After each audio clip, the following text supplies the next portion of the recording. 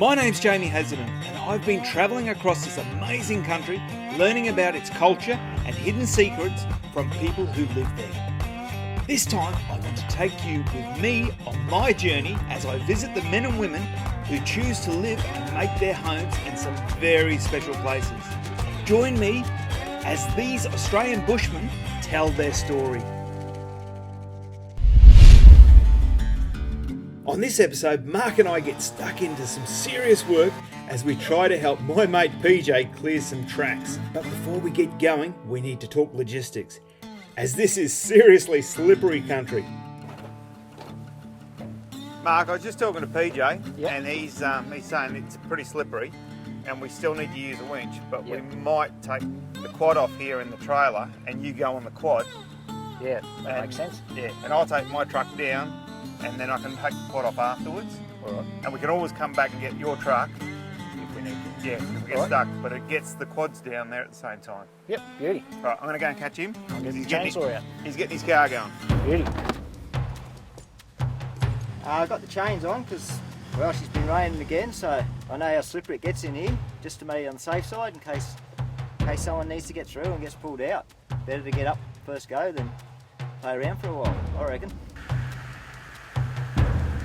Well, typically, it's starting to cloud over, it's starting to rain.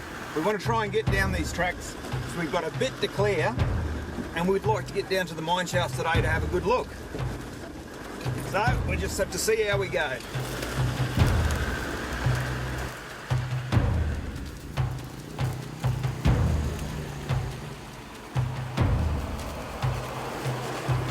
Wouldn't you know it? We haven't even driven 100 metres and we got the first log. We're going to have to go and move. Oh well, here we go. So you've obviously cut it all there, PJ. Yeah, no, I've got a bit of a plan here, so... Yeah, what's your plan? Well, she's cut there, she's a pivot there, and it's cut there, so if we winch it from that side, snatch it onto there, with a bit of luck, it'll all go that way. Yep. Maybe slide up onto here and we slide across, otherwise if it don't, we've got to make it smaller. Right. What do you think of there, Mark? Same deal? Thing. Yeah, we might just dig this in so it doesn't slide and should be good. Yep. That's a plan. One goes better than three. That's exactly right. The great part about this is we came prepared. There was no way PJ was going to move this tree without a good strong winch, which he doesn't have. Yeah, I'm good. Might slide a bit once it gets past there, we'll be right. We have plenty of manpower, but that won't budge it. Yep. That's it. That's it, it's good. That's doing it. With a couple of winch blankets, a snatch pulley and a couple of chains, it looks like it's coming off the track. Whoa! It's the one. Well, there you have it. You see how big those logs are? Now that's a 10-ton winch pulling that log across there, and it was pulling the truck up a little bit too. But we've got it there now, it's done. We'll move on to the next section. Yeah, no, it's great to have Jamie up here. That was a big job. I looked at it for a while, and without the guys' help here and a winch, maybe 20 different pieces, I might have had to cut it into to roll it off bit by bit, and that's not much fun. So more to come, so we'll see how we go. Well, there's a little bit more here than I anticipated, that's for sure. We haven't gone more than 30 metres, and we're at the next log, and it's getting slippery and slippery as we go. So we're gonna have to move this one out the road too.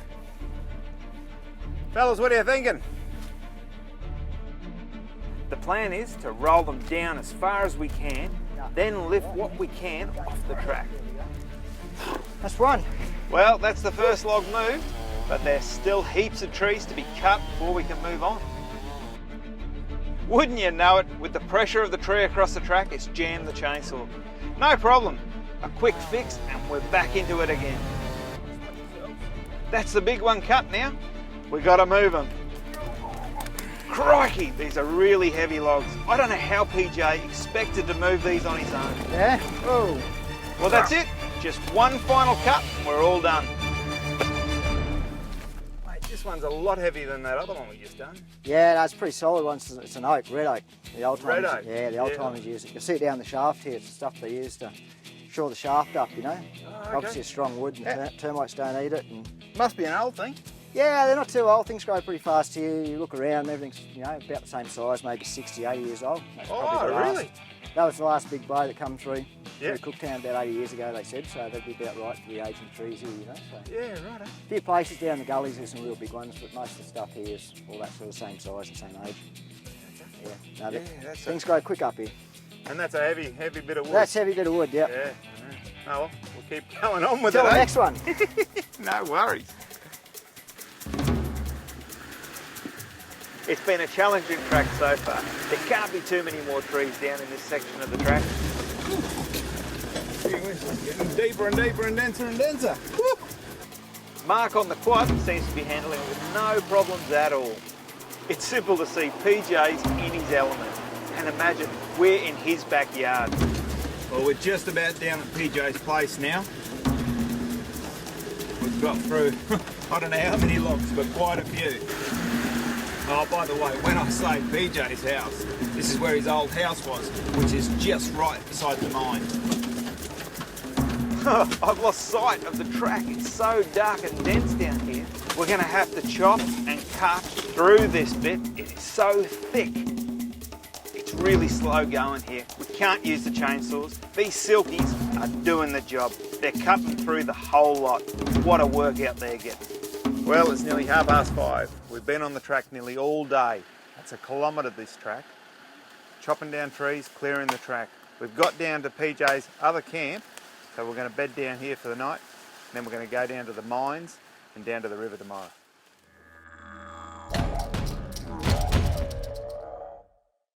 Well, I've had a bit of a look down there this morning.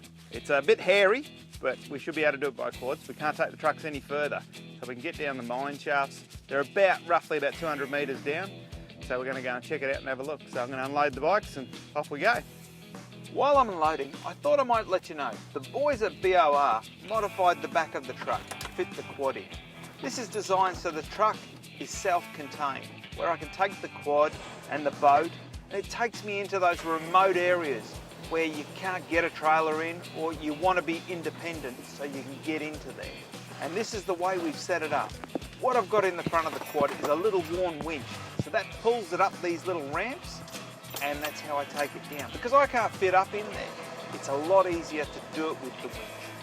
Also, you can see where I've got the boat motor located. It makes it very simple for me to take the quad on and off with it still staying there. And I've got these ramps which I mount just up on the Hannibal rack. It makes it nice and simple. I can just reach under the boat, bring them down. It takes me around about 1.5 to 2 minutes to get the quad on and off. So that's the quads off. PJ's headed down to cut away a few of the branches and trees to make it easier for us to get to the mine shaft. Back in the early 40s, there were around 30 miners that lived and worked at this mine site, all trying to make it rich, out of the gold and trying to make ends meet. It's a lonely place up here in the hills. Life would have been tough and the conditions would have been unbearable. You know, when the Second World War broke out, the mining stopped dead in its tracks here. Most of the miners went off to fight the war, and maybe some went looking for a better life. From the hard grind, they endured day by day deep in the mine shafts. For the few that stayed, there was plenty of gold to be found, with a lot of hard work. But for the old timers, it was worthwhile, you know, like it was there, and every day you were making money, you were getting gold. Just watch yourself. Slippery coming down here. So which one did you mainly go down? We used to just go down the sort of close one here, but we've taken people down the other side as well. It's all accessible, but unfortunately the rocks are falling on our rope. But you get a good view down there, you can see the reef, you can see the structure of what they were working, and Yeah. the leads of the gold and what they were following. Yeah, So okay. it's all quite interesting. Geez, there's plenty of bats down there. Yeah, no, it must be a good hidey hole for them. They're always in there. Sometimes there's just mobs of them, dozens of them. That's the bottom you can see there. But that's filled in, hasn't it? Yeah, that's filled in from the bit that's collapsed behind us. Yeah. Just the top section, but Oh, there's yeah, a couple. is it? Yeah. Yeah, fine there. But you know, that's, I don't know, what's that, nearly 100 years. Wow. Been a hole in the ground, so still there. We could continue to walk from here, but we want to take the bikes down to the riverbeds to see how far we can get. Now we know PJ hasn't been down here since the cyclone, so I know it's going to be hard going even for the quads, and you definitely can't get a four-wheel drive down here. Ah, there you go, another tree down. Looks like we won't get past this until we cut it. We need the chaining.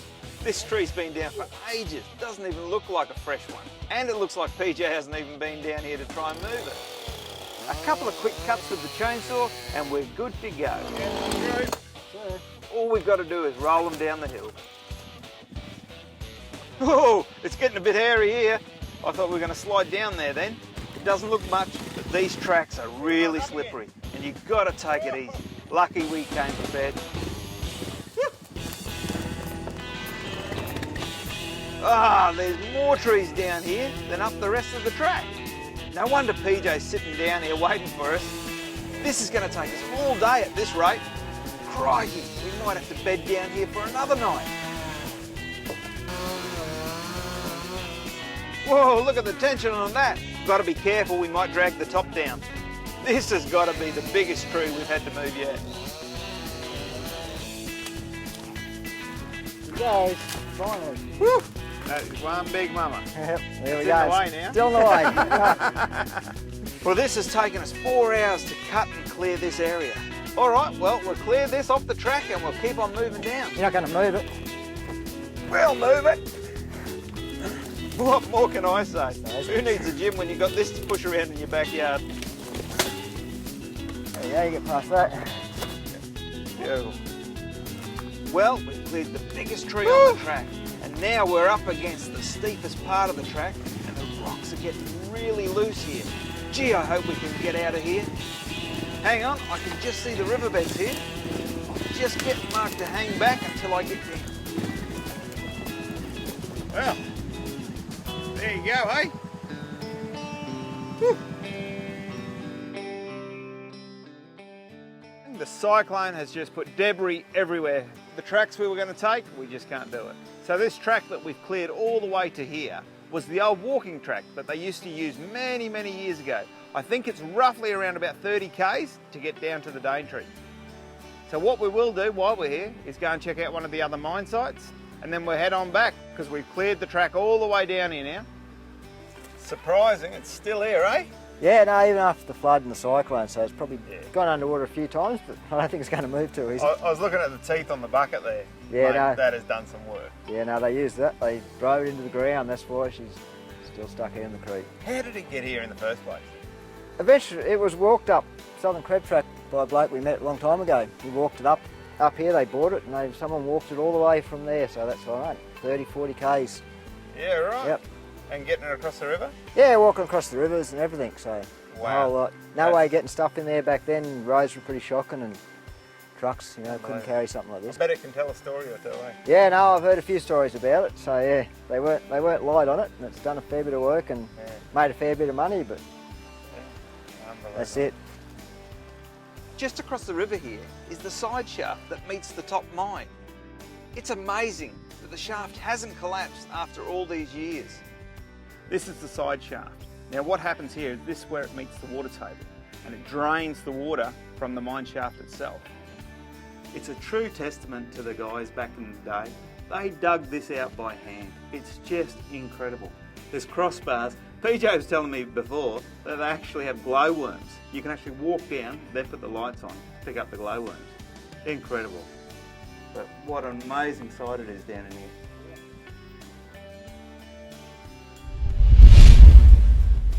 On the next episode, I'll be exploring my backyard, the Glasshouse Mountains, on the Sunshine Coast, a spot that I consider one of my favourite and most beautiful places I've ever been to. So I'll catch you next time.